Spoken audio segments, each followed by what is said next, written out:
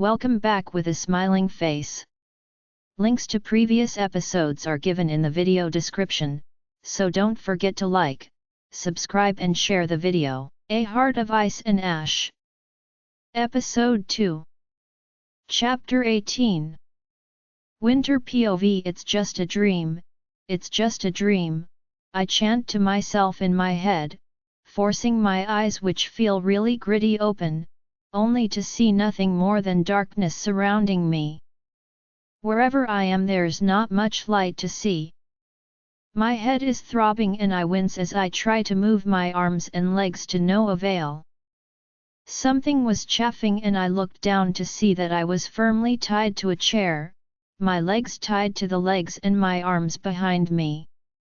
I swear, but it's muffled by the gag that's been shoved in my mouth and tied around my head.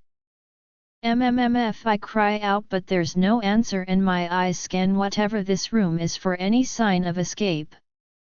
It appears to be a basement of some sort, the floor a hard concrete, various pieces of furniture in states of decay. The air smells disgusting and moldy and I try not to inhale too much. There's nothing that I can use to free myself and I feel sick to my stomach. Even on the baddest of days I had never once thought my father was capable of selling me to someone for money.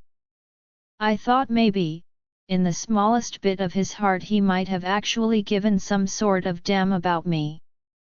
How naive was I?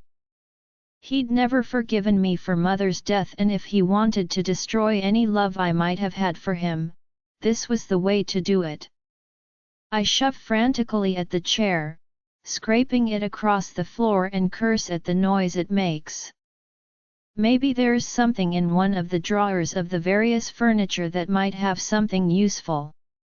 But as I'm moving something catches the corner of my eye and I whip my head around and begin to feel a rising sense of panic.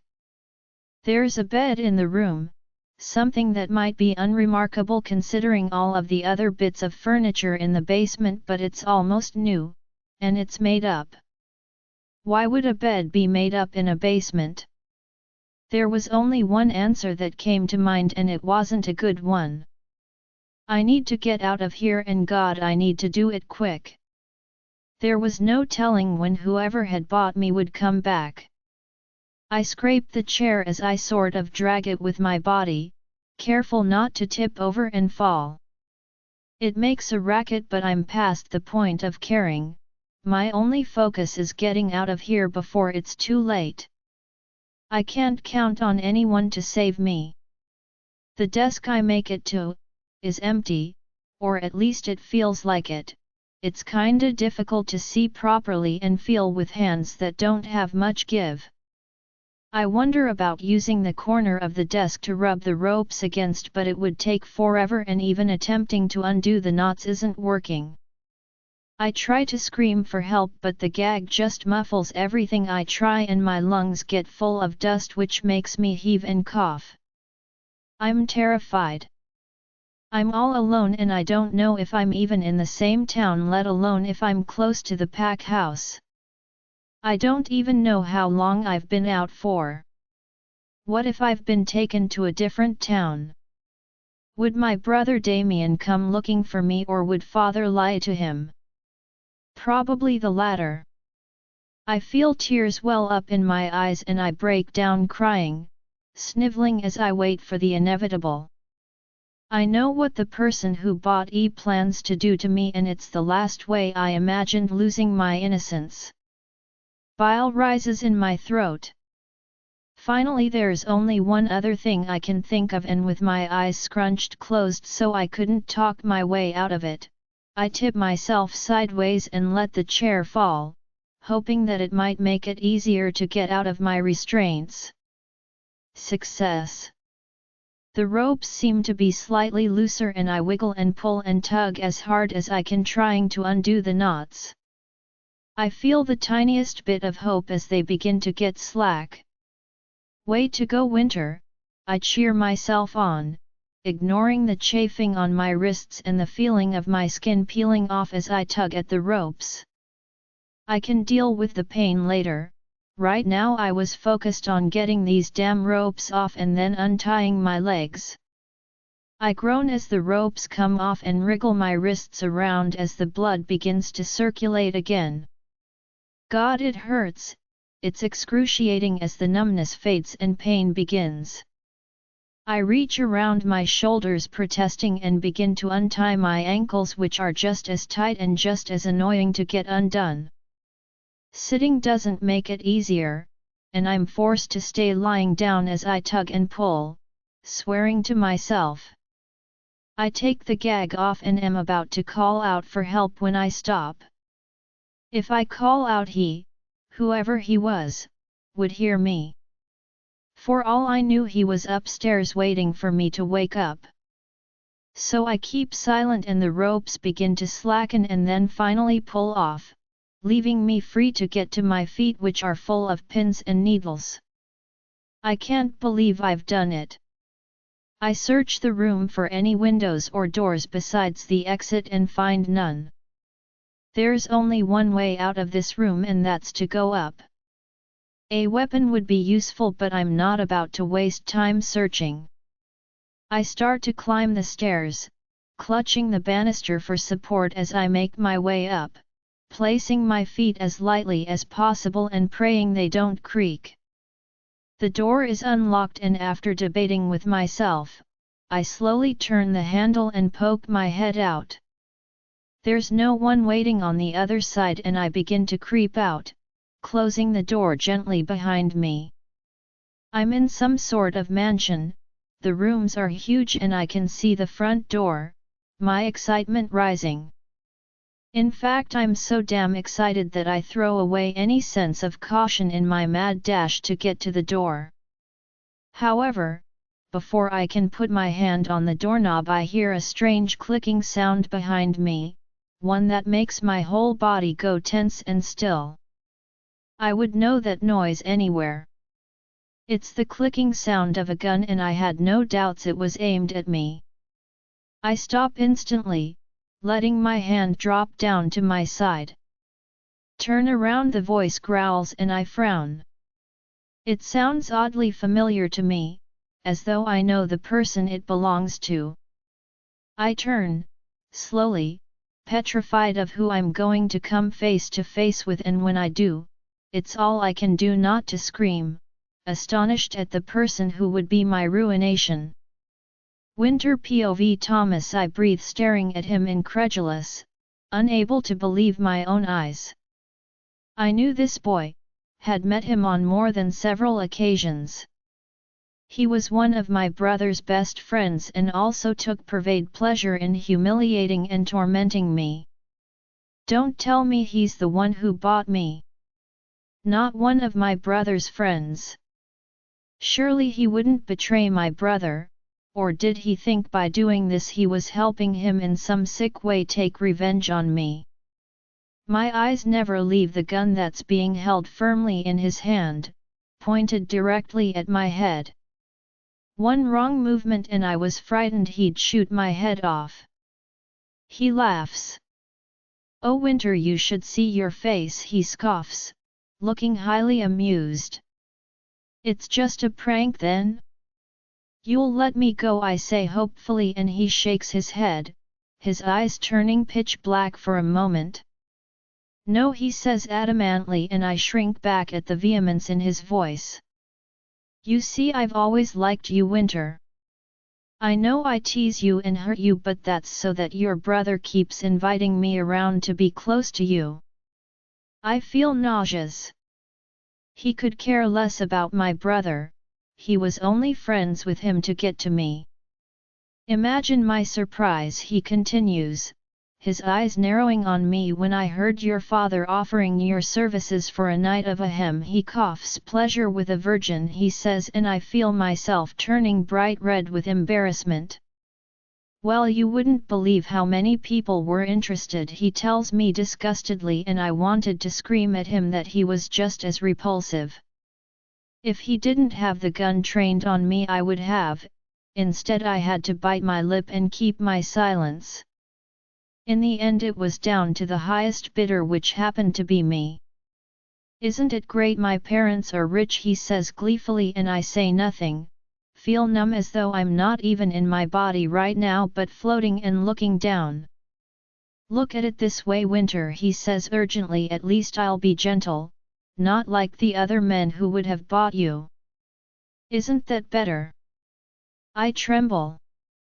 No, it's not better because I want to hold onto my virginity for my future mate and husband. But what do you say to a psychopath with a gun? I wanted to live, not die right now. He waves the gun and I flinch.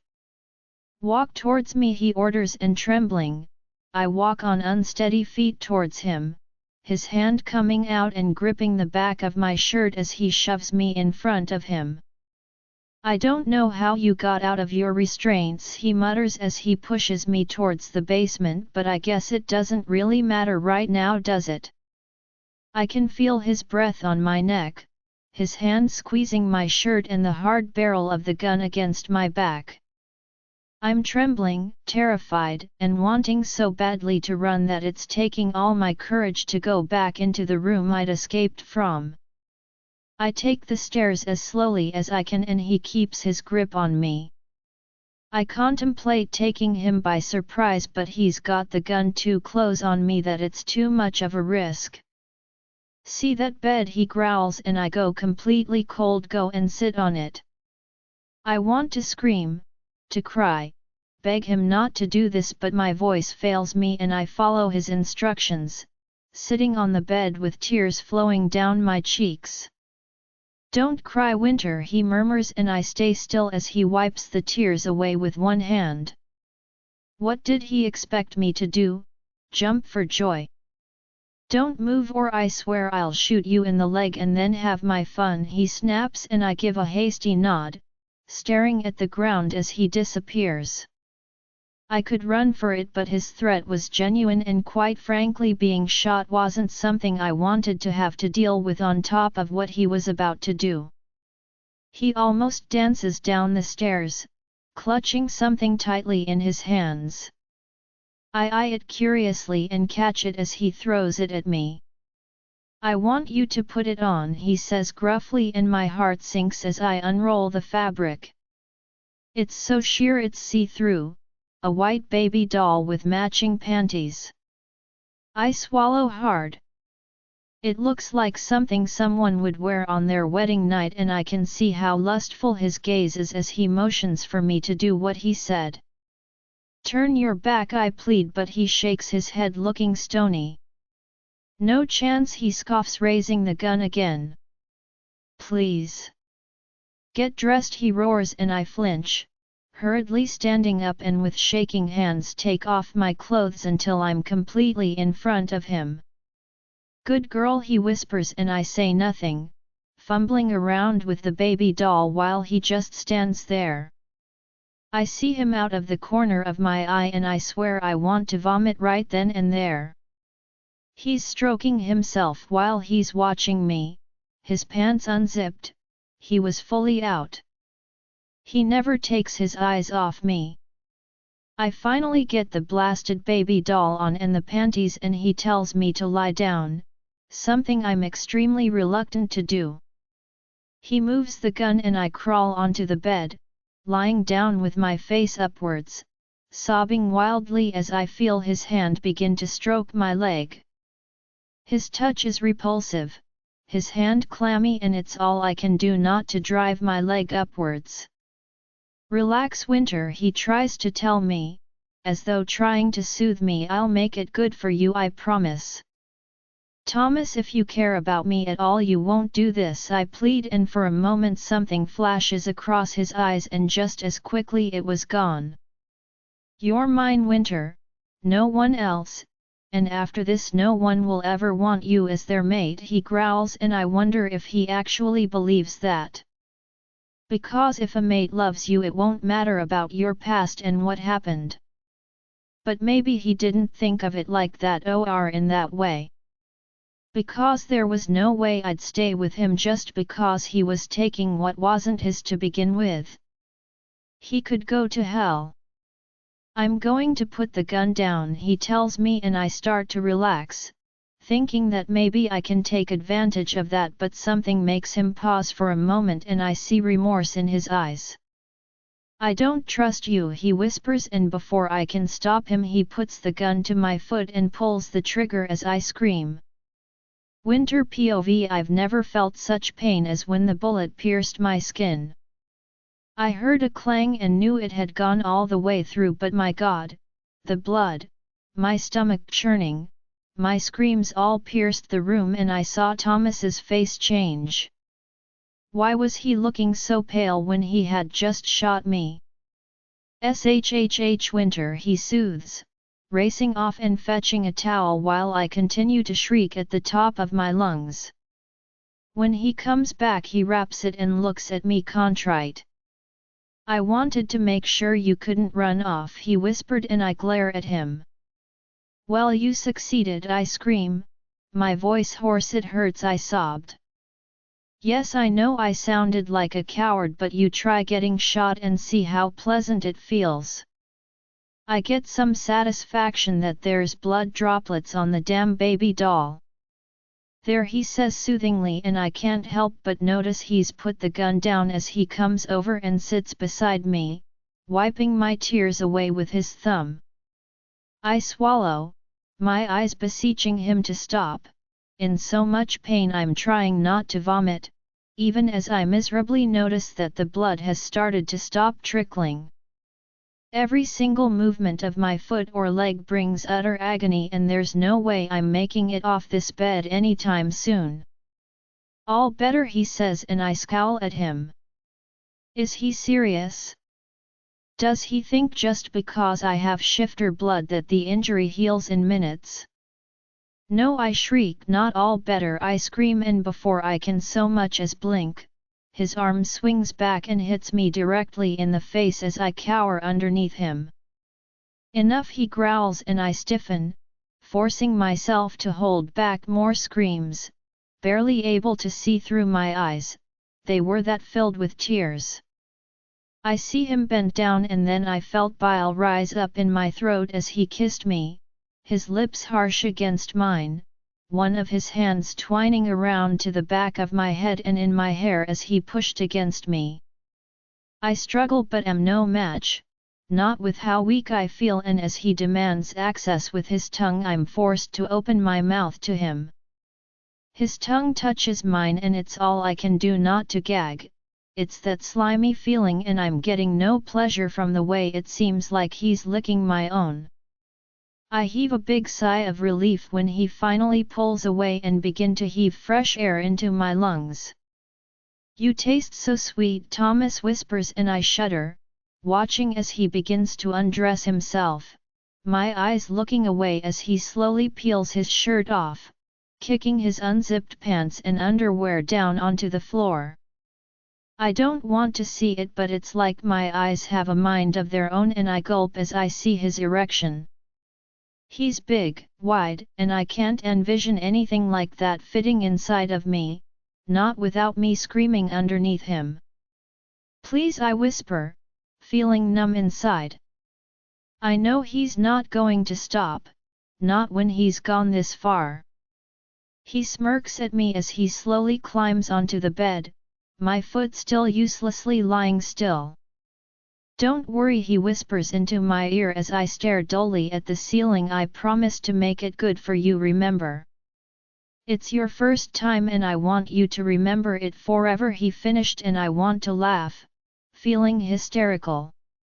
Oh, I would remember this forever, but not in the way that he meant. His fingers creep under my baby doll and I tense, feeling his hands roughly. I cried out and he kissed me, stopping me from crying out anymore, and then he moves, kissing the nape of my neck, one hand effectively strangling me as he does. I want more than anything to pretend I'm somewhere else, that this isn't happening to me and that this is all a dream, but in reality it's a nightmare come to life. His fingers move down to my panties and I gulp, feeling his hands roughly grip them, pulling them down my legs. He gets gentler as he remembers the pain in my foot and gently slides them off, a broad smile on his face.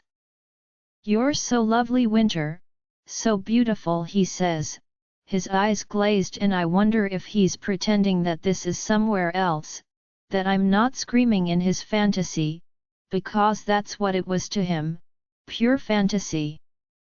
No way had I ever shown an ounce of liking Thomas, and for him to be like this wasn't something I had ever thought would happen. I need to do something because he's already licking his lips and staring down at me. I force myself to grab his arm, my eyes to look directly into his. "Thomas," I moan, feeling disgusted in myself. "I want you so badly." I lay it on thick and it works because he starts to stroke himself. "Give me a moment," he grunts, and I shake my head slowly at him, watching as he looks at me confused. "We need protection," I pant out. "I don't want to get pregnant, and I don't think you're ready to be a father yet, are you?" I cling to hope. "Please say you don't want to. Please say you don't want to," I chant in my mind. He moves his head to the side, a thoughtful expression on his face. "If I get pregnant we won't be able to do this again," I say weakly, and he narrows his eyes. I hope this is enough to persuade him. "I have a condom in my wallet," he mutters and reluctantly peels himself off me, giving me a small smile. "Either way I don't care if it works to my advantage." "Don't move," he warns, and then glances over at my foot with a sigh. "Not that I think you can," he adds, and I give a small nod. He hesitates and then slowly moves towards the staircase, backing up with his eyes fixed on mine. I try to keep myself looking innocent, my breathing shallow, watching as he gets closer to the doorway. I know his wallet's in a bowl by the front door and that he can be there and back within mere minutes, but it might just be enough, that is so long as he doesn't remember. The door opens and for a moment he stands there as though debating and then rushes out. I waste no time, hopping onto both legs and swearing profusely under my breath as pain reaches through my leg, stumbling towards the place he'd left the gun. The had completely forgotten he'd put it down, or he'd underestimated my ability to move. I'd sooner cut my leg off than let touch me anymore, and my hand closes around the handle as I check the safety. Now I hold the key to getting out of here firmly in my hands, and there is no doubt in my mind that I'm about to use it. Winter POV. The gun is heavy in my hand and it shakes slightly, but I'm not loosening my grip. Thomas will be back any moment and I know I need to take him by surprise. I can't fight in my condition and I stumble towards the stairs, quickly getting under them before he comes back. Naturally I hear the door creak back open seconds later and his footsteps as he comes in. It only takes him less than a minute to realize I'm gone. "Winter," he yells, and I stay silent, breathing heavily in the darkness, trying not to give my location away. There's plenty of hiding spots in the basement and I hope he thinks I'm hiding somewhere, anywhere else. "This is stupid," he says, annoyed. "You can barely walk on that leg. You really think you have the guts to shoot me?" He scoffs and begins to walk down, looking tentatively around him, looking for me. "Come on," I think to myself, "just a little further down." He stops just above me and I strike, darting both hands out and shoving him. To my satisfaction he loses his balance and goes tumbling down the stairs. He doesn't move. I wait, seeing his chest moving evenly, but his eyes are closed and I pray that he's lost consciousness, because now I have to climb over him to get to the stairs and out of here. The gun shakes in my hand as I come out, pointing it directly at him. I'm taking no chances. I limp, swearing, over to him and kneel down slightly to check his pulse. It's steady but he doesn't react to my touch and I slowly move my good leg over him, gripping the banister tightly as I swing my painful one over his body and up the first step. I pant, it hurts so damn much, but I can't afford to slow down. Part of me wants to shoot Thomas in the face while he lies there, but I can't bring myself to be a killer, despite everything. Besides, it feels really wrong to kill a boy while he's lying there helpless. I spare a thought for the fact I'm still in a baby doll with no underwear but shrug it off. Who cared? Right now I needed to get out. Clothes could wait till later, screw modesty. I had gotten not even halfway up when I heard him move. I freeze and look over my shoulder, seeing his arm beginning to move, and I start to almost jump each step, desperate to get out the door. I limp towards the front door, the gun still in my hand, hoping that he's still not up, still in too much pain to move. I forgot that he already had his wolf and would heal quickly. He tackles me to the floor and I scream in rage, red-hot pain in my foot as I fall, the gun sliding out of my hands. His eyes are crazed as he turns me over, his face stony and his hands reaching to strangle me. "You," he hisses, "I was trying to be nice to you and you pull something like this? You only have yourself to blame," he adds, and I back up a little as he laughs, his fingers closing around my throat while I scrabble and claw at his hands, trying desperately to get them off me. "Stop," I get out, but if anything his hands get tighter. "I'm sorry," I pant, but he doesn't stop, a crazy expression on his face. "All I wanted was for both of us to be together," he shouts, banging my head into the floor over and over until blood begins to trickle from my head. While it was excruciating, the sight of blood seemed to snap him out of it, and slowly his hands slide off of me, sitting back but stupidly, it must be said, with his knees over mine. I tense. There's only one way he's getting up, and it's something I'm about to take advantage of. I might be down and I might be in pain, but so help me if I'm about to die today, I'm taking him with me. Sure enough, he stands to get up and I bite down on my lip to prevent myself from screaming as I shoot out my good leg, effectively kicking him in the place it hurts the most. I hear his howl and watch as he keels over on the floor, gripping his nuts while I slide out from under him and turn onto my side, inching towards the gun which is close by, my hand reaching out for it. I can hear his growling behind me and don't risk looking back as my hands grip the gun and I turn, just as he tackles me, his claws digging into my throat. I can feel them. It's almost like he's severing my vocal cords, and I don't hesitate any longer, my hand instinctively bringing itself up as I shoot him, over and over until the chamber's empty, his body going slack over mine, blood dripping all over me. He slumps and I curse at how heavy he is as I push him off. What a dead weight! This time I want to make sure he's dead, and wincing I slowly pull his claws out of my throat, gripping it frantically and making sure to stem the bleeding as I literally use my good leg to kick him off me. I can barely breathe, but I'm also not about to be found here, holding a gun by the dead body of a shifter. But I also can't get up, my foot now swollen and in so much pain that to even wiggle my toes elicited a howl and a loud scream from me. I close my eyes and face the truth. I was going to jail, there was no way they would believe my story even dressed as I was. I'm just a lowly Omega after all, and Thomas was, well, rich. I was done for. I can't even bring myself to try and get to the door, too exhausted from my fighting and all the trauma I've just gone through. The last thing I expect to hear before I succumb to the darkness surrounding me is my brother and Jonathan's voice calling out my name before I fall unconscious. Winter. Damien POV. I feel bad. I had to leave Winter at home this morning, because I had football practice. Well, okay, I was staring at the cheerleaders and maybe some of the other girls that cheer for them.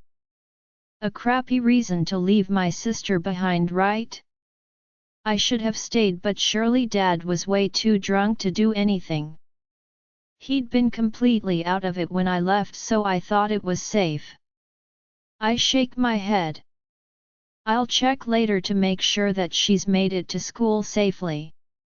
I promised her I'd change, and I meant every single word of it.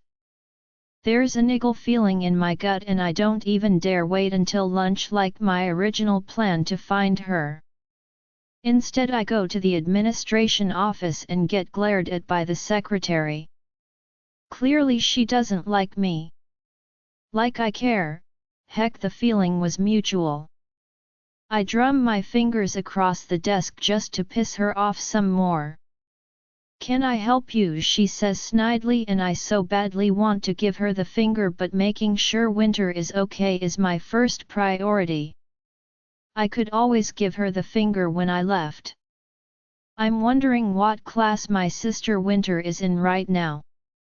I need to speak to her, I mumble. There's no need to tell her my last name. I've been in this office so many times to see the headmaster that the secretary knows my full name off by heart.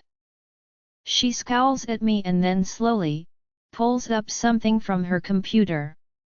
At least she's not arguing with me, but then maybe she just wants me out of her office. "Why are you looking for your sister when she called in sick today?" the woman snaps, as though I've wasted her precious time. I swear she rolled her eyes at me.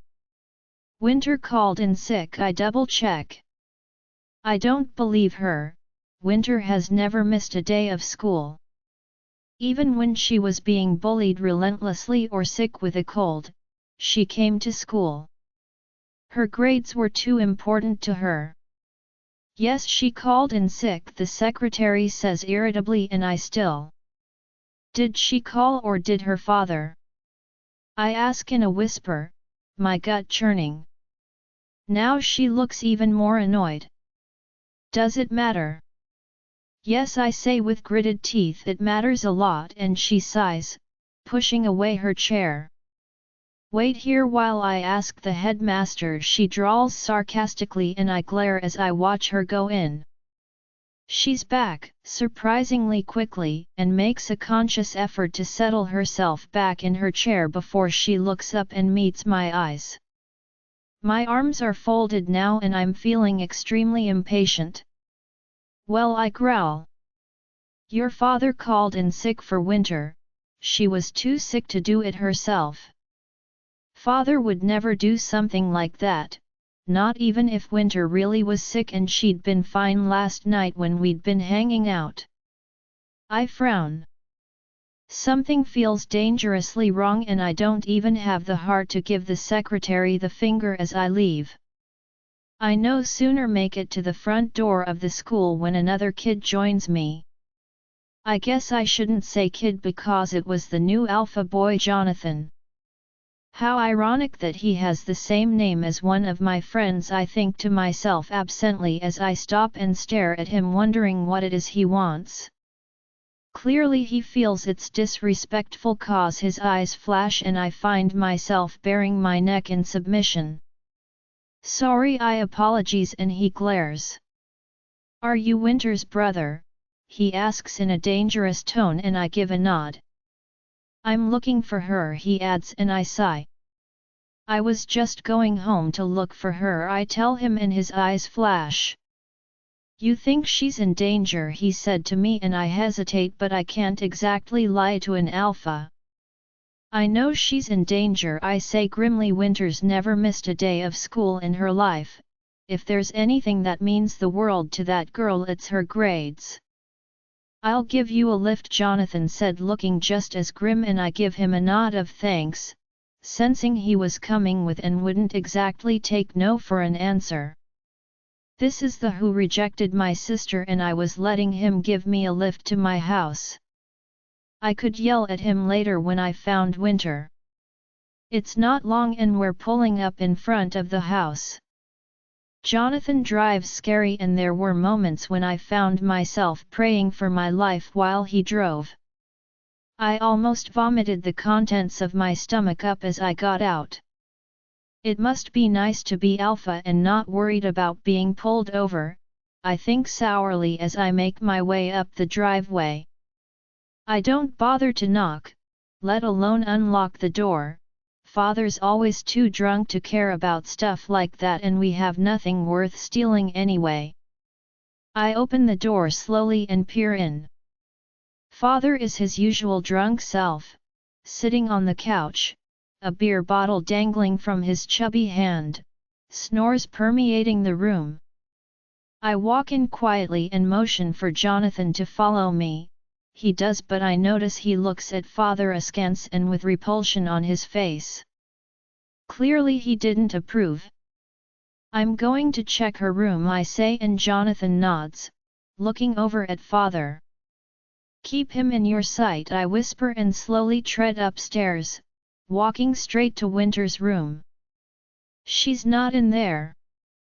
I spend time looking in my room and Father's, even the bathroom and toilet, but there's no sign of my little sister anywhere.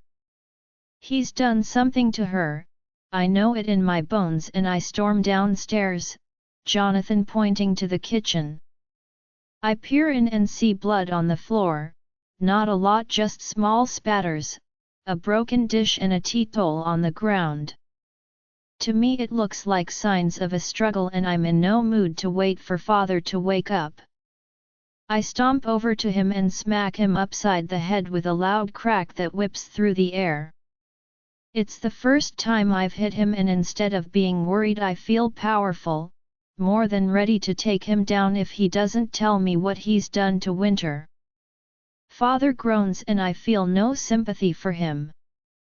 One eye and then the second one cracks open and he sits bolting upright, his eyes full of scorn as he glares at me. He makes no move to retaliate, and it's then that I see what a coward he really is. Why have I been afraid of him all this time? What, he snaps, dropping the bottle to the ground and rubbing his flabby face. Where's Winter, I snarl, and he gives a chuckle, as though amused by the situation. I glare harder. Why do you care? Father says snidely. You never have before. I care now, I thunder, and before I know it, I've gripped Father by the neck and lifted him, his feet dangling uselessly. His eyes widen in alarm. Jonathan is silent in the background, observing it all and making no move to interfere. Tell me, I say between gritted teeth, and he dangles before grumbling and then finally laughing. I stare at him. Has he lost his marbles? You'll get a kick out of this, my father wheezes as I finally drop him, gasping for breath and clutching his throat, a wide grin on his face that makes me want to punch the crap out of him. Tell me, I growl, and he laughs, doubling over. I kick him in the ribs and send him flying. This was a waste of time, but my God, if he didn't speak I was dangerously close to killing him right now. Fine, fine, he mumbles as I go to hit him again. I sold her. I stare. Had he just said what I thought I heard? You sold her. Jonathan comes forward, his hands clenched into fists, his eyes pitch black as he stares at Father with hatred, his alpha authority coming through. Speak, Jonathan orders, and Father's helpless to disobey against the alpha tone. For once I'm grateful for Jonathan's presence. I sold her to someone for money, Father snaps, and I feel numb. How any father could do that to his daughter was beyond me. I'd never been full of so much disgust for him. Who thunders Jonathan, and Father casts a sly look at me as though he finds something funny about it. I realize why a moment later. I sold her to your friend Thomas. Damien POV. I stare at my father in stupefaction. I had to have heard him wrong, but there's a growing anger inside of me that tells me I heard him clearly. What do you mean you sold her to Thomas? I breathe evenly, feeling sick to my stomach. Not my best friend. He wouldn't do this to me, would he? I mean, he gave me money for her. My father snaps and I pale, giving him one last kick to the stomach, unable to even look him in the eyes anymore.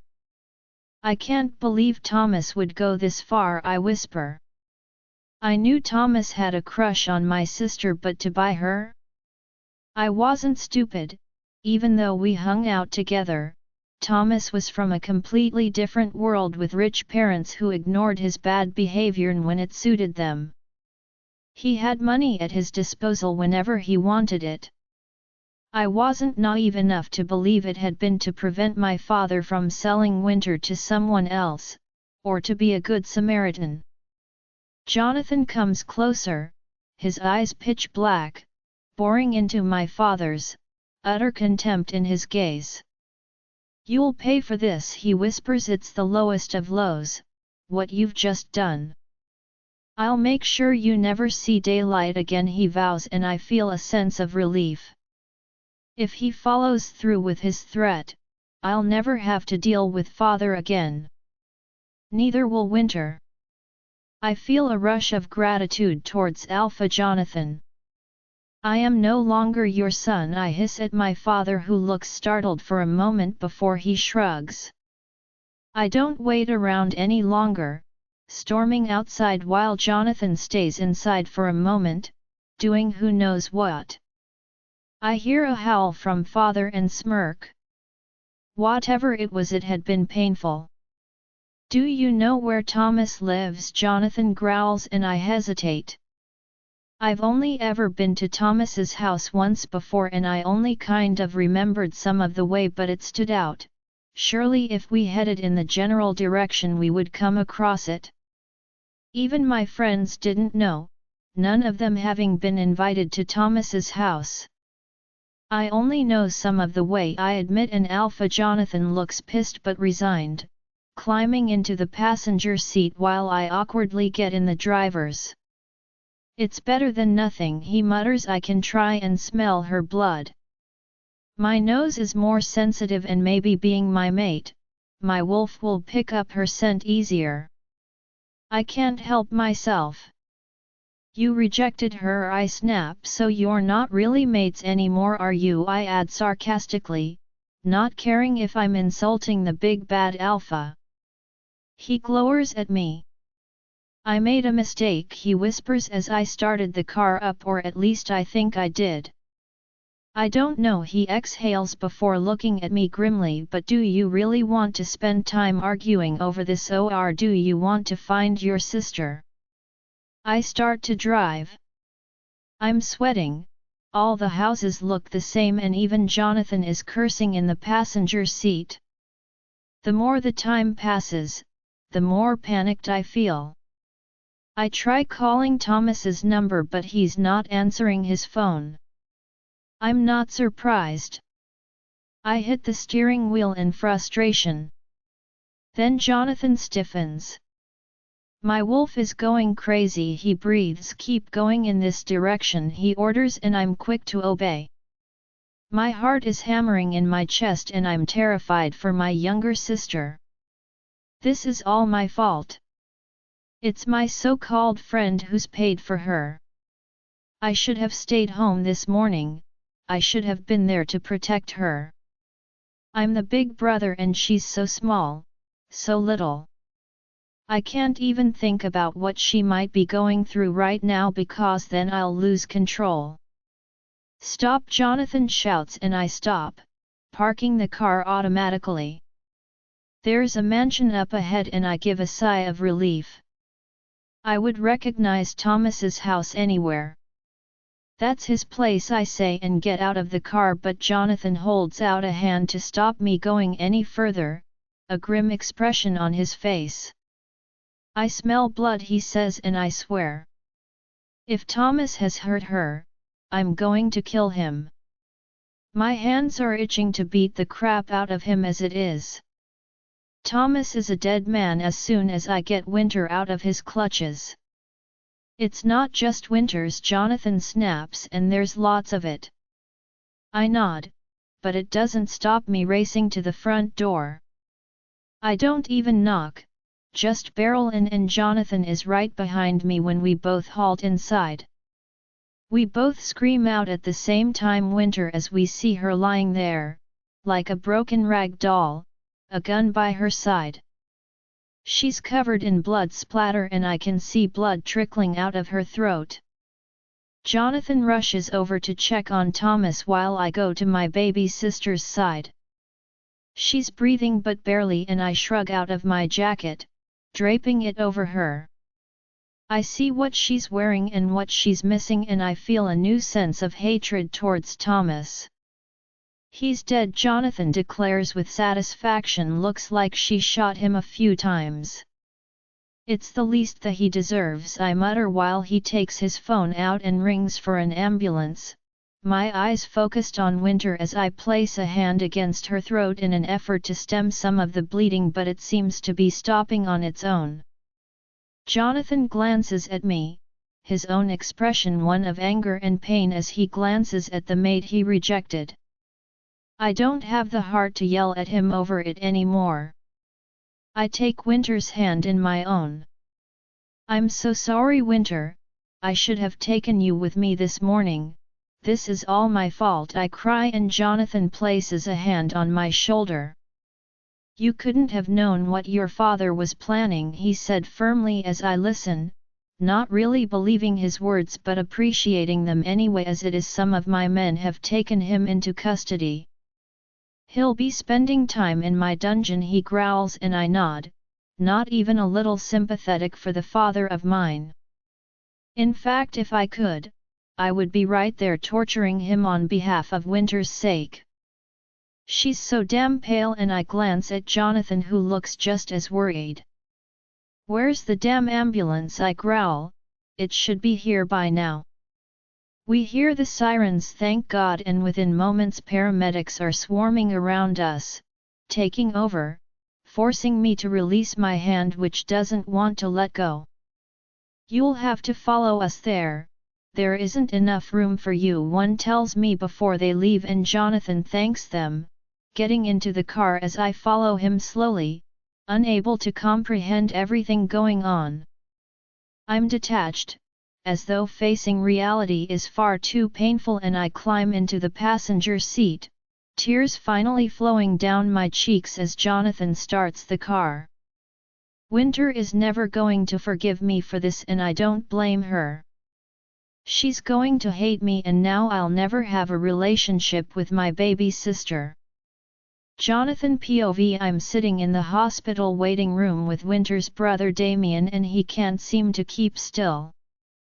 I don't blame him, all I can see in my mind's eye is Winter, lying there, on the cold tiled floor, blood all over her, her panties missing and dressed in some sort of lingerie.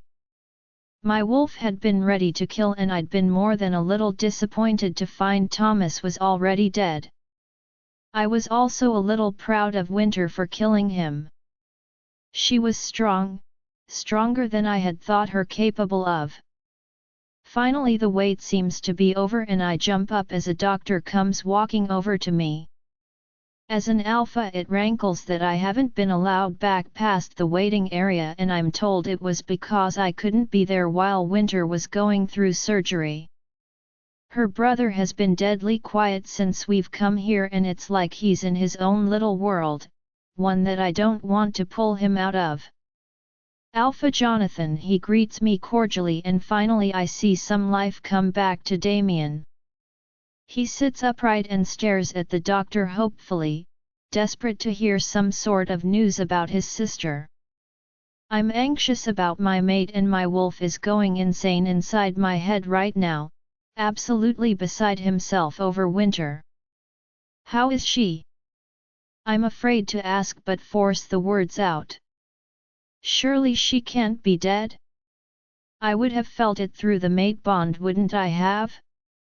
I don't know anymore. The doctor looks grim and I feel my heart beginning to pound wildly in my chest. Winter is out of surgery, he begins, and I feel a tiny sense of relief, her brother's face lighting up with hope. I'm afraid to ask, but I force the words out anyway. Was she assaulted? I croak out, and the doctor shakes his head.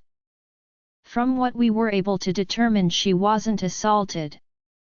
However, she does have bruises and a gunshot wound in her foot. It's infected, so we are giving her antibiotics and monitoring her closely. I nod, my mind focusing on his words. Thank God she hadn't been abused, it's the only positive thing to come out of it.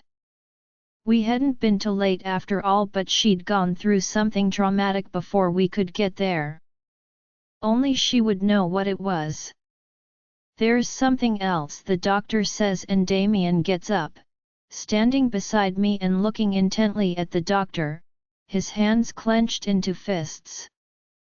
I didn't miss the flash of relief in his eyes when the doctor said Winter hadn't been raped. I don't even want to know what is going through knowing his own friend had purchased his little sister. What is it? I ask urgently, and Damien nods, his eyes staring directly into the doctor's, who's beginning to look a little uncomfortable. Her vocal cords were ripped apart by the attack, the doctor explained hesitantly. As a shifter they may heal, but it will take months before she'll be able to speak again, and that's only if they do heal. There is a chance that they are too damaged beyond repair and she'll be mute for the rest of her life. I'm silent for a moment. It's a lot to take in, but my wolf and I don't care if she can't speak. There are other ways to talk with someone, but her brother looks absolutely devastated. He broke down in the car on the way here, and I'm terrible at comforting people. I've always seen crying as a sign of weakness, but right now I can feel my own eyes beginning to well up. She can't speak, her brother whispers, sinking back onto the chair and putting his face in between his trembling hands. Oh my God, he says, and then goes quiet once more. Is she awake? The doctor shakes his head. She's still recovering from the surgery. We patched up the gunshot wound and attempted to fix the vocal cord damage, but there's nothing more we can do. It will be some hours if she wakes up, he explained kindly, and I sigh. There's no way I'm moving from this hospital until I can see for myself that she's all right. I have an overwhelming desire to be near her, to hold her in my arms and never let her go, and I know it's the mate bond strengthening rather than fading. Does she feel it on her end, or is it just me?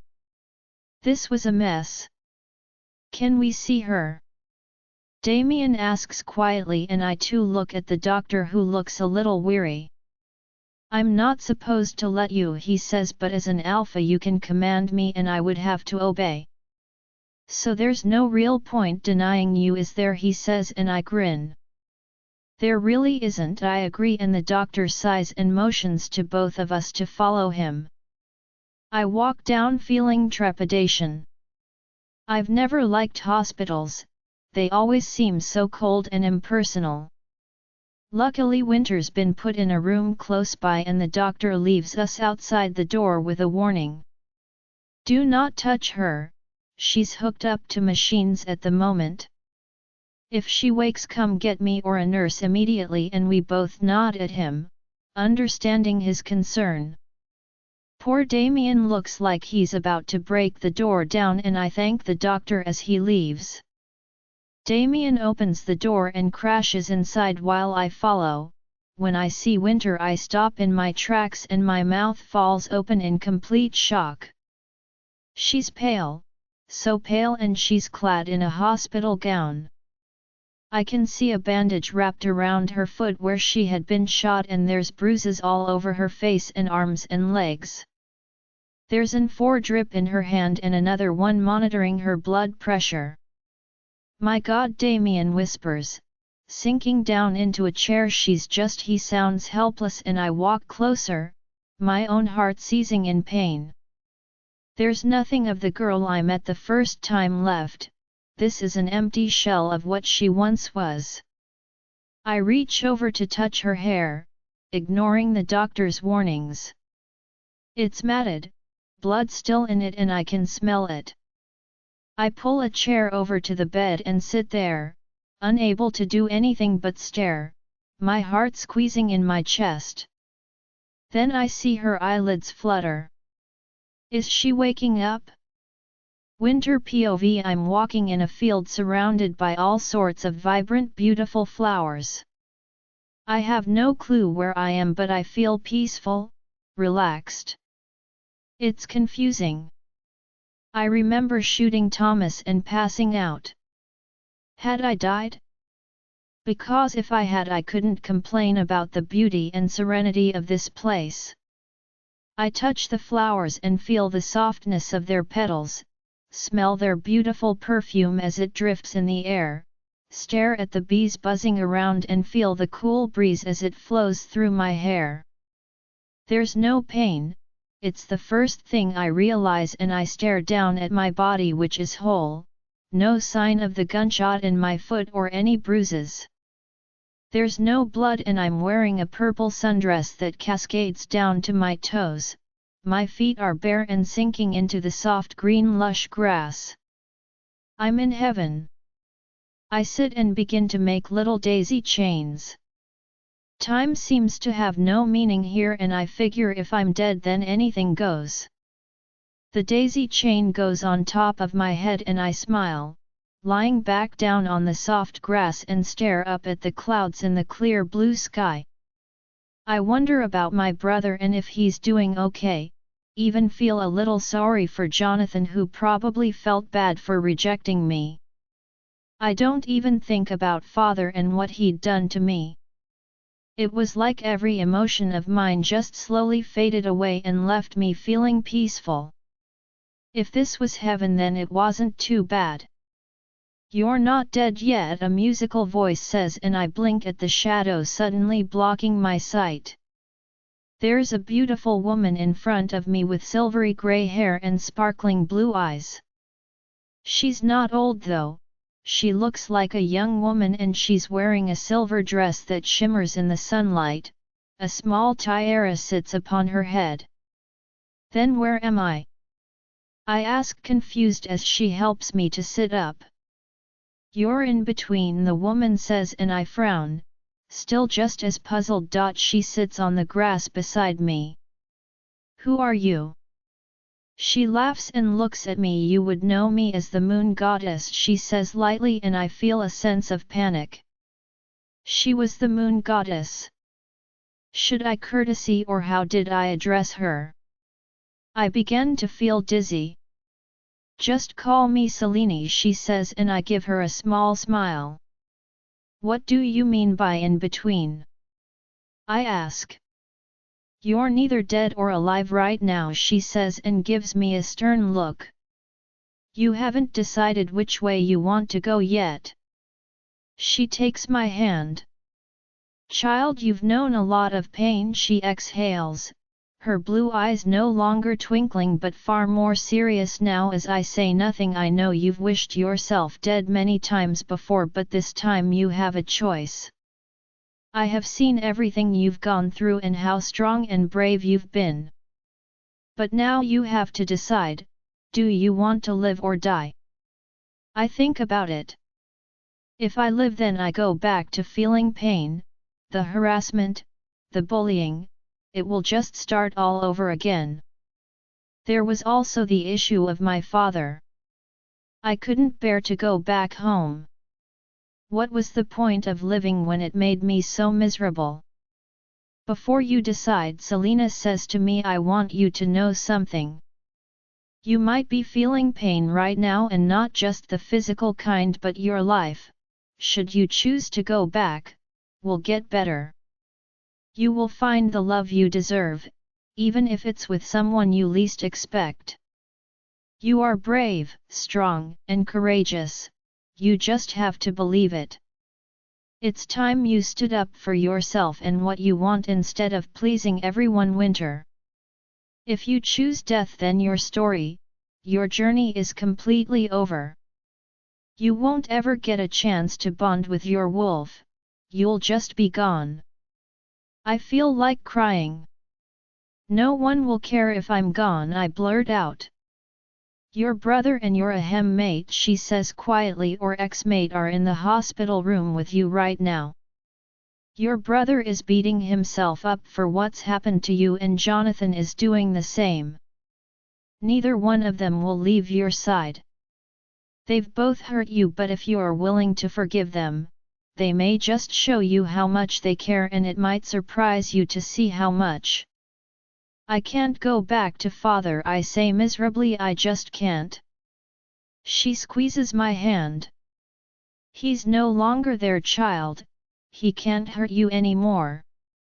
Why didn't you help me, I whisper, tears flowing down my cheeks. You're the moon goddess, you could have saved me. She looks remorseful. I cannot intervene with someone's path. As much as I would have liked to, it would have strayed you from the path you take. This experience is what helps mold you into a person you will become. Or rather, what you do. I pull at the grass. I need time to think. But part of me has already decided, even if part of me doesn't want to, wants to stay in this in-between place forever where I never have to be hurt again. But to choose death would be cowardly, especially since I knew that Damien was waiting for me to wake up. I'm not sure what to think about Alpha Jonathan being there as well. It still hurts that he rejected me so quickly. What will you do? She asks, and I sigh, looking over at the meadow and feeling a sense of regret. Was this really the right decision for me? I choose to live, I answer regretfully, and a smile lights up her face. You are destined for great things, Winter, she whispers. Remember that when it becomes too hard or you find yourself in the depths of despair, you'll go far. I open my mouth, wanting to question her, when she taps me lightly on the forehead and I feel my eyes beginning to close against my will. I struggle and she merely sits there, watching me lie down and yawn, my eyelids heavy and they close, shutting out the sunlight as I fall asleep. I feel like I'm falling from a great distance and it's surreal, like I'm flying, and then suddenly there's a sharp pain in my heart and chest and I begin to open my eyes, hearing an annoying beeping sound and a familiar voice. She's awake. Winter POV. I manage to force my eyes open and I frown, taking in the white sterile walls and hearing a familiar shout. She's awake as Alpha Jonathan's face comes into focus. I blink, realizing he's holding my hand, but it's the searing pain in my chest that concerns me most, and as I open my mouth to shout, nothing comes out. Not even a whisper. Now I'm panicking. What's wrong with me? Why can't I talk? The pain in my chest gets worse and I hear an annoying beeping sound. Let go of her hand, a voice says, and I see a doctor examining me, blinking as bright light floods into my eyelids, a needle piercing my skin and making me relaxed, the pain beginning to fade. Winter, can you hear me? The man in the white coat says, and I give a small nod, seeing Damien in the corner of my eye, standing out of the way, his eyes wide open in what looks like shock. All right, well, I need you to calm down, all right? That beeping noise is because your heart rate picked right up. Take a few deep breaths for me, he instructs, and I do, breathing in and out, until the beeping noise steadies out. Good, the doctor looks pleased. Now do you know where you are? I nod. Do you remember what happened? He asks, and I shudder, my body beginning to tremble in fear. I'll never forget what happened, it's etched firmly in my mind. I place a hand against my throat and the doctor looks at me with sympathy in his eyes. During the attack your vocal cords were damaged, he explains. I'm afraid there's no telling if they will heal or not. I say nothing, my eyes welling with tears. The moon goddess could have warned me about this before I chose. How does someone manage without their voice? I can't yell or scream for help and I begin to feel vulnerable. Your brother and your mate are here. Do you think that you'll be alright while I go and fetch some medicine for you? I hesitate. But the moon goddess had said that they hadn't left my side and so I give a small nod, watching as the doctor leaves. Damien comes to my side and tries to reach for my hand and I instinctively flinch. He looks hurt but I can't help it. I guess I deserve that, he mutters. I'm so sorry, Winter. I swear I had no idea that father would be so evil and cruel. I know I should have stayed back instead of leaving you alone. I look at him. Part of me hates him for doing that but part of me wants to forgive him as well. After all, it's not like he could have known what father was going to do, but the part that really rankles is that it was his friend Thomas who bought me and tried to rape me. I'll make this up to you, I swear, Damien tells me, and I give a small nod, deciding that I'll believe it when I see it. Until then I'm reserving my judgment. I glanced over at Alpha Jonathan, wondering why he was here. He'd rejected me, so why did he give a damn what happened to me? I feel bitterness towards him. Winter, he exhales as I sit there still as a statue. I don't know what to say. He admits, on one hand I've rejected you and yet part of me still cares about you. I never wanted to hurt you as much as I have and it wasn't my intention. That's all he had to say? I feel a spurt of anger and glare at him. I don't need this right now. If he felt bad, then that was his problem, not mine. I accepted his rejection, so why is he still having feelings for me? 'Cause I wasn't having any towards him, well, not besides anger and bitterness. He sees how angry I am from the expression on my face. I think it's best I take my leave, he whispers, and I nod, feeling bad but not wanting to face him right now. I'm grateful that he's helped me, but that's as far as it goes. He shakes hands with my brother Damien, who slaps him on the shoulder. Thank you for everything, man. I don't know if I would have found her without you, he tells Damien, who just grunts and then walks out the door. Before he leaves he shoots me one last look that I can't decipher and then he's gone, his footsteps sounding down the corridor. I watch warily as Damien sits on a chair beside me. He looks exhausted, dark circles under his eyes and pale. How long have I been out? I can't even ask. It's frustrating. Winter, Damien begins, and I move my head and listen. You don't have to worry about going back home. Father's gone for good this time, you'll never have to be scared of him again. That's one good piece of news for me at least. My skin crawls just thinking of the man who sold me without a qualm. Some father he was. I actually hope he's dead. That's how much I hate him. When we get back home I'll take care of you. No more bullying or forcing you to do my homework. We can even live in the pack house if you want, he offers. I think about that. I had wanted to live in the pack house when I was younger, but now I wasn't so sure. Damien reckoned I wouldn't be bullied still, but how would pack members react to having a mute shifter in the house? Would it be safer there? I highly doubted it. If Dad was gone then it would be safer, at least for me to stay in Aarhus away from the pack where I wouldn't be made fun of or worse. I give a firm shake of my head and watch the light dim from my brother's eyes. If he wanted to live in the pack house then he could, I wasn't stopping him. But he shrugs at me instead.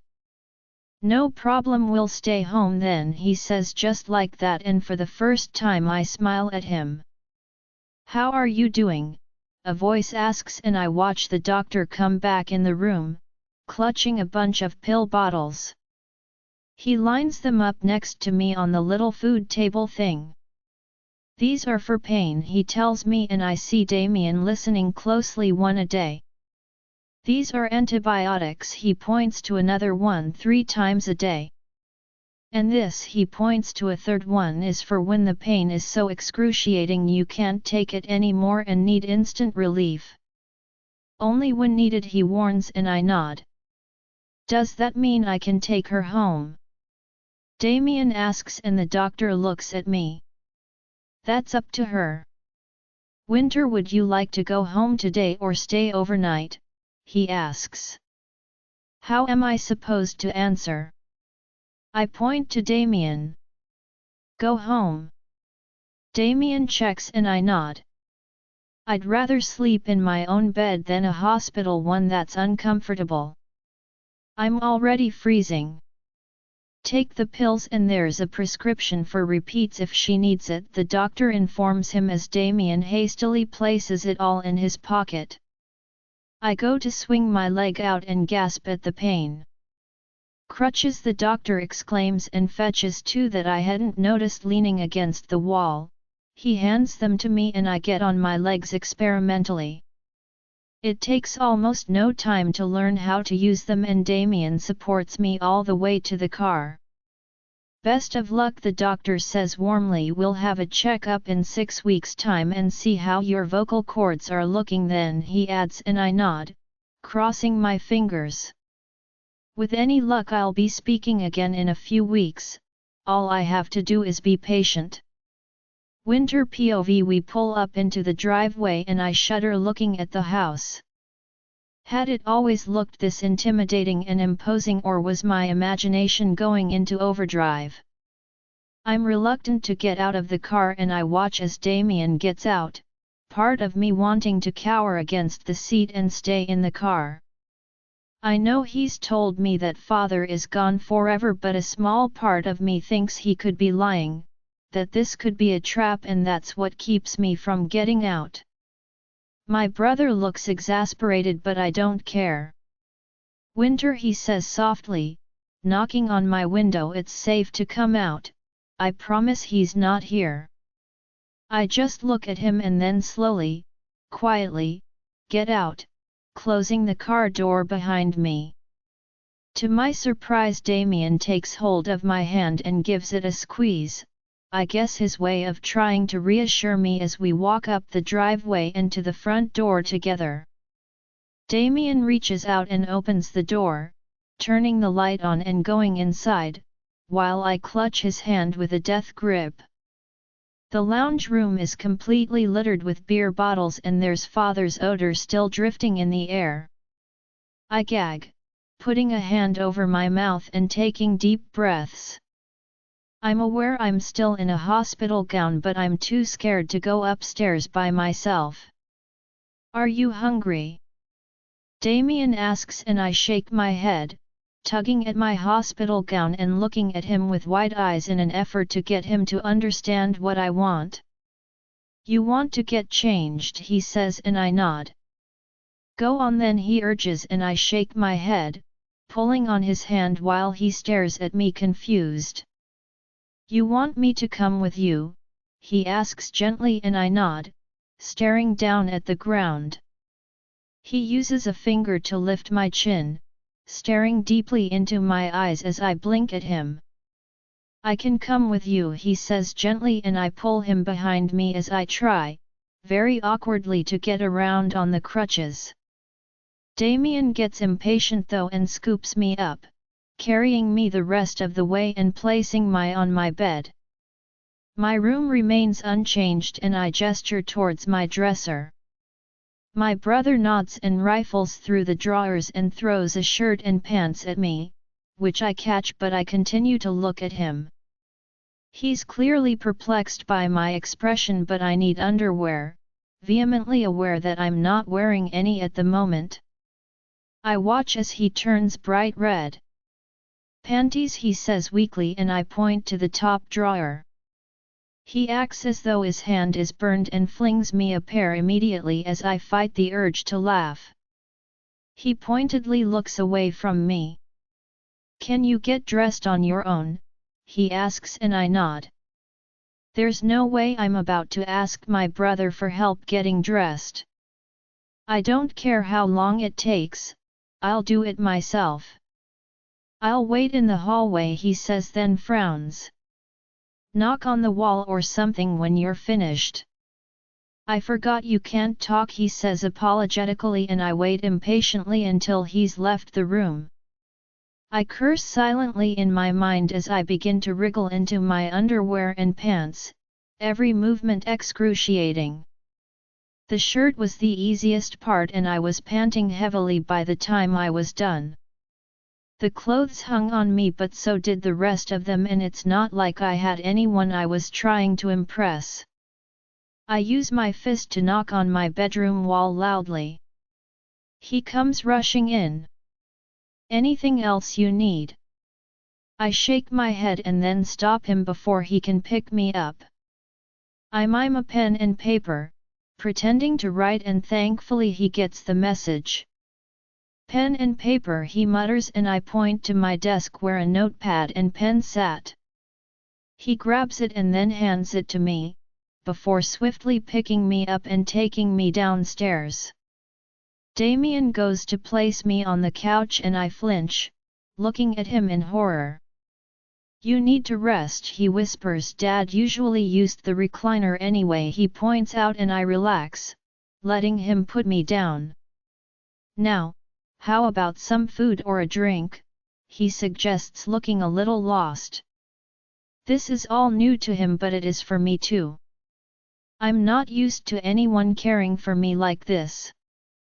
I mime drinking and he brings me water before sitting next to me, carefully placing my bad foot and leg on top of his lap.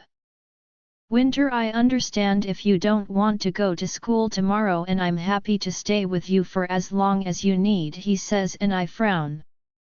I don't want to go back to school, not ever, but I couldn't stay away forever, could I? But I feel fragile, broken inside, and I can't stand the thought of being bullied while I'm like this. I just want to curl up under my bed and stay there where it's safe. Damien's waiting for me to answer though, and I reluctantly grab the notebook, scribbling my answer inside and showing it to him. I'll go to school, but I really don't want to. How do I know you've really changed? I'll stick by your side, Winter. I won't let anyone near you, he promises, and I stare him down, fidgeting with my hands. I had no choice but to trust him, but I still remember every harsh word he uttered towards me and every hit and slap he gave me. I give a small nod, feeling tired and exhausted as well as in pain. With any luck my foot would heal overnight, or at least part of it, so that I can walk on my own instead of relying on Damien to help me. I point towards his pocket. The pain is that bad that I'm desperate for something that will help with it, and I remember the doctor handing the pain pills to Damien in the hospital. He pats his pocket. Here's the painkiller and antibiotic. If you need the strong one, point again. I shake my head. Normal painkillers would do for now, but I wouldn't mind having the strong ones close by tonight. I scribble that in my little notepad and he agrees, promising to leave them and the other pills by my bedside. My stomach gives a loud growl, and it's then that I finally notice that I'm hungry. My brother gives a grin. Food, he teases, and springs into action while I settle back on the couch and ponder what going to school is going to be like tomorrow. I haven't even thought about Thomas or his parents, and I feel a sense of dread. Had Jonathan dealt with that, or was I going to be facing the cops tomorrow? This was a shifter town, so I didn't have to worry about human cops, but that didn't stop the nervousness or the trembling. I hadn't been at fault, I'd defended myself, but would everyone else believe that?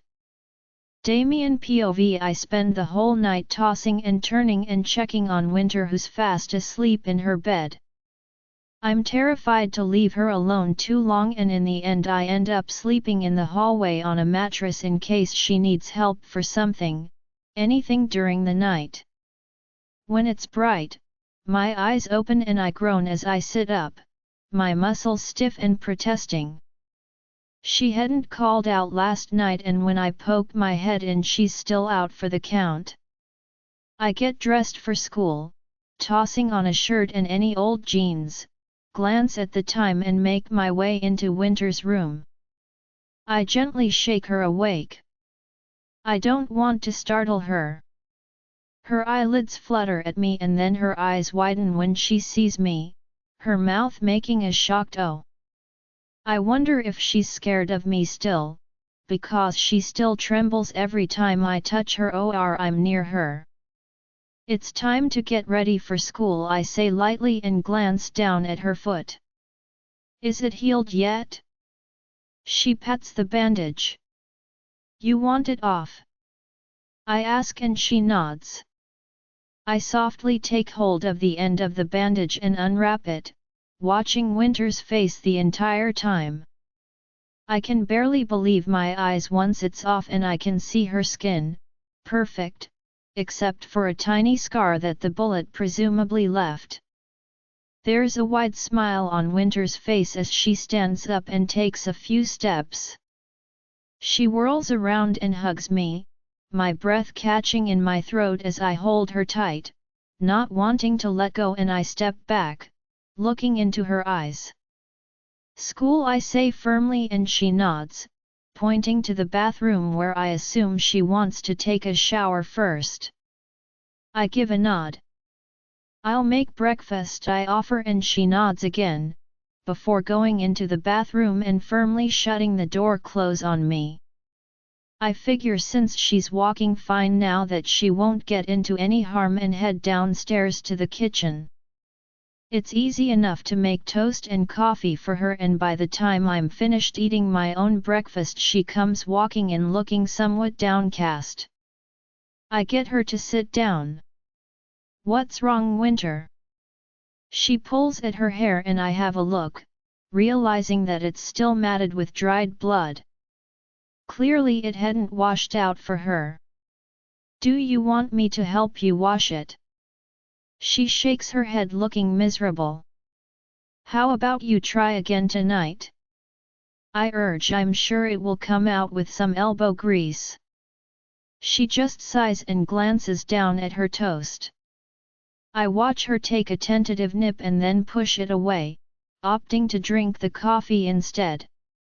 Did I burn the toast too much? I didn't think it was that bad. Maybe she's not hungry, I think to myself. She's probably still nervous about school. I wait for her to finish and then point to her school bag. She grabs it without a word and walks to the front door while I follow. She gets in the passenger seat of the car and I drive, keeping an eye on her the whole time, noting that her body is shaking and that her face has gone completely white.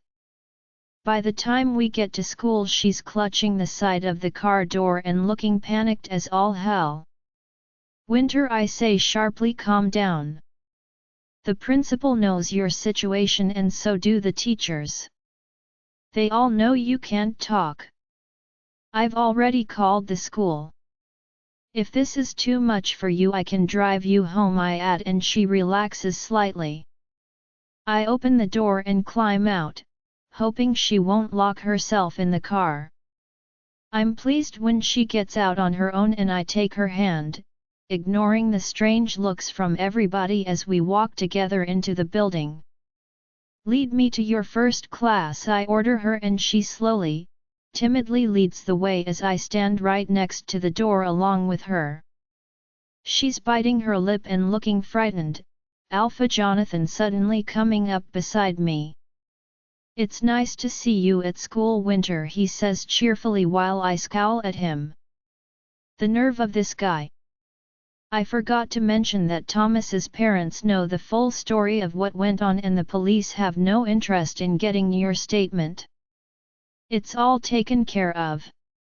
I watch as Winter gives Jonathan a shy smile and mouth the words thank you at him. I'm slightly disgruntled by it. The bell rings. Students begin to file into the classroom and I release Winter's hand. I'll come for you after class, I mutter, but she shakes her head. She shows me the notepad. I can get to class on my own. If you keep holding my hand and taking me, then we'll both be teased. Let me do this myself, please. I don't care about being teased, but it's evident that Winter does and I sigh. Fine, I agree, even though I don't like it, but if there's trouble, come and get me, I mutter, and she nods, quietly going into the classroom while I watch until the door closes. Naturally I'm late to class, but I don't give a damn, merely scowling as the teacher lectures me on punctuality. I barely even remember what subject I'm in, let alone what I'm supposed to be doing, because my mind is on my little sister the whole time. I hope she's doing okay and that no one is harassing her. Jonathan has already pulled me aside and told me he'd told other shifters to look out for her too. It was a nice gesture on his part, but I don't see why he's going to so much trouble. From what I can see, Winter has shown no interest in him whatsoever. But he doesn't seem to be getting the hint, or maybe he's just too stubborn for his own good. I groan and look at the clock, which is ticking slowly, counting down the minutes until the bell finally rings. Winter might want me to stay away, but that didn't mean I couldn't keep watch from a distance and intervene on her behalf if someone dared touch or abuse her in any way. But she makes her way to her next class without incident, and I'm somehow not surprised to find I'm not the only one keeping a close eye from far away. Jonathan meets my eyes and gives a small nod of recognition before going into his own classroom, and I sidle over to mine. It looked like Winter was safe enough today after all. Winter POV: Damien has been in full-on overprotective big brother mode all night and today while taking me to school. Don't get me wrong, I appreciate it, after all it's a nice feeling, but part of me is annoyed as well.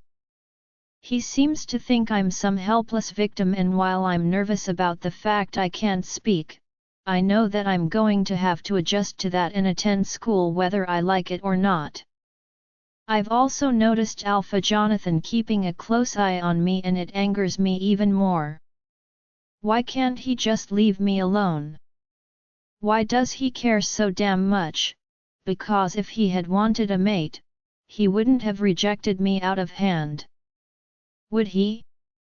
My first class goes miserably. The second the teacher leaves the room to photocopy some papers, Jessica butts her nose in. Somehow I'm not even surprised. Winter, she said, turning to me while the class snickers. I heard you can't talk anymore, she sings, getting up from her seat and sauntering over, throwing her groupies a big grin as they watch, eyes wide in anticipation. I know something's coming, and sure enough her hand shoots out, gripping my by the hair, and she smacks my face into the desk while I gasp. I can't yell, can't shout, all I can do is make a small gasping noise as she giggles. Oh, this is going to be so much fun, she declares as the whole class erupts into laughter. She's mute, can you believe it? Poor little Winter, she drawls, slowly going back to her seat, evidently realizing the teacher is making his way back to the classroom. I merely rub my cheek, and stare resolutely out of the window. I'm not going to let them get to me, I chant to myself, but I feel deflated. I feel vulnerable without my voice. I feel even more afraid than I have before. I should have realized Jessica would take advantage of me not being able to call out. But part of me had hoped she might have an inkling of compassion and leave me alone, but she clearly has a heart of stone. There's no compassion or empathy in that girl at all. She's just a nasty, and I had better remember that if I want to survive the next few weeks of term. The bell rings and I make sure that I'm the last one to file out, wanting to make sure Jessica's made her way to her next class, which thankfully isn't the same as mine. The teacher gives me a glance but says nothing. It's not like they've ever helped me anyway, and I'm not about to start thinking they will now. I'd have not to see my brother or Alpha Jonathan watching my every move as I walk to class. I can feel them staring at me and it's embarrassing. I shouldn't need protection, I shouldn't be wasting their time when they need to go to class as well. It's almost a relief when it's lunchtime and I can escape outside. I never sit inside the cafeteria, it's far too crowded and there's far too many students for my liking. Instead I take my lunch and sit outside under a tree, breathing in the cool, fresh air and enjoying the warm sunshine. Then a shadow falls over me and I glance up to see that Jessica and her groupies have followed me. I swallow hard and frantically search for anyone to help, but everyone pointedly looks away and there's no sign of my brother or Jonathan for that matter. Is it true you're a murderer? Jessica asks and I don't answer, wanting to get to my feet, and she shoves me back down, my back hitting the trunk of the tree as I slide down. She smirks. I didn't think you'd have it in you, she says mockingly, and I stare up, blinking, waiting for her to do whatever it is she came to do and then leave. Thomas didn't deserve what you did to him. He was one of us, Winter, and we always take care of our own, she threatens, and I tremble. Thankfully I hear a voice and it's Alpha Jonathan, who looks pissed. Leave her alone, he growls, and they scatter as he turns to me and helps me to my feet. You really need to learn to stand up for yourself, he scolds me, and I just look at him. Jessica and her groupies outnumbered me 10-1 and he wanted me to fight them with no wolf? Was he an fool? Jessica's parents were rich and would have no problems getting me kicked out of school. Does he not realize that? Although by now my grades didn't seem to matter to me, not like they once had. I've changed and I know it's not for the better. I duck my head and hear him curse, as though realizing he's upset me. Without a word I start to make my way inside. He catches up to me and pulls my arm, halting me in my tracks. Winter, I'm sorry, he apologizes. I didn't mean to make you upset. It's just that I hate to see you bullied and not take a stand against them. I don't understand what you're afraid of, he adds, sounding exasperated. Of course he wouldn't understand, we're both from different worlds. He's an almighty powerful alpha that can pretty much do whatever he wants without consequence. I'm a lowly omega for now and am restricted by my lack of power, as well as have no one to look out for me. I can't do what I want without suffering the consequences, and if I did stand up for myself I would most probably find myself being expelled. I feel tears come to my eyes. He had no idea how much I was suffering right now. All I saw in my nightmares last night was Thomas's face, seeing every moment of my ordeal over and over until I woke up, unable to scream, unable to do anything but force myself to try and sleep again so that Damien didn't realize just how scared and cowardly I was. They didn't know anything about me, either of them, and I don't even know if I'll be able to move on as easily as they are expecting me to. I slowly release my arm, thinking about my situation. A plan starts to form in my mind, one that I've considered before but never had the heart to follow through on anymore. Now it seems to be the only option for me. Jessica's never going to stop and neither are her groupies. Damien can't be by my side every hour of the day and without my voice I'm useless, unable to defend myself. There's only one thing for me to do, and as I walk away, plotting what I'm about to do, I pray that one day Damien and even Alpha Jonathan will forgive me. Because the harder I think about it, the more certain of the plan I am. Damien POV something's wrong, I can sense it but I can also see by the expression on Winter's face that today hasn't gone as well as I'd hoped, even with myself and John Taehan looking over her. She's so quiet, walking slowly back to the car. She hasn't even looked me in the eyes, not once, and I feel concerned about her. Had something bad happened to her today? I'd struggled to find her at lunch, having looked in the cafeteria and then outside. Apparently, Jonathan had been doing the same thing.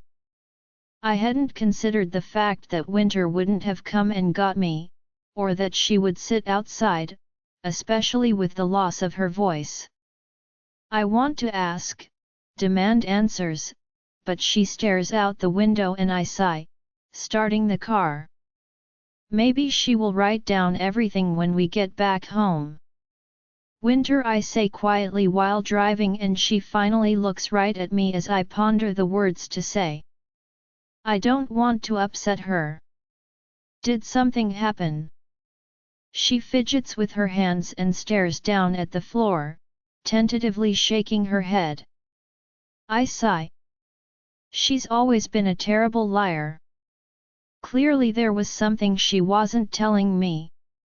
Winter, were you hurt? She shakes her head more adamantly. I wish I could believe her, but there's such a look on her face, it's clear she's trying to hide something from me. I just wish she trusted me enough to tell me what it was. We pull into the driveway and she almost scrambles out of her side, rushing to the front door and pulling on the handle. I raise my eyebrows. Ever since Father was conveniently taken by Jonathan's men, I'd been locking the door. We didn't have to worry about Father coming back, but I was still worried about our safety. I take my time getting out of the car as she waits for me, her arms folded, looking impatient. I'm coming, I grumble, and she stamps one foot on the ground. I pull out the front door key from my pocket and unlock the door, pushing it open and watching as she almost bolts upstairs. I debate whether to go after her and decide it might be best to let her have some space. I closed the door and locked it from the inside, going into the kitchen and staring miserably at the contents. There's barely anything in the refrigerator and I curse.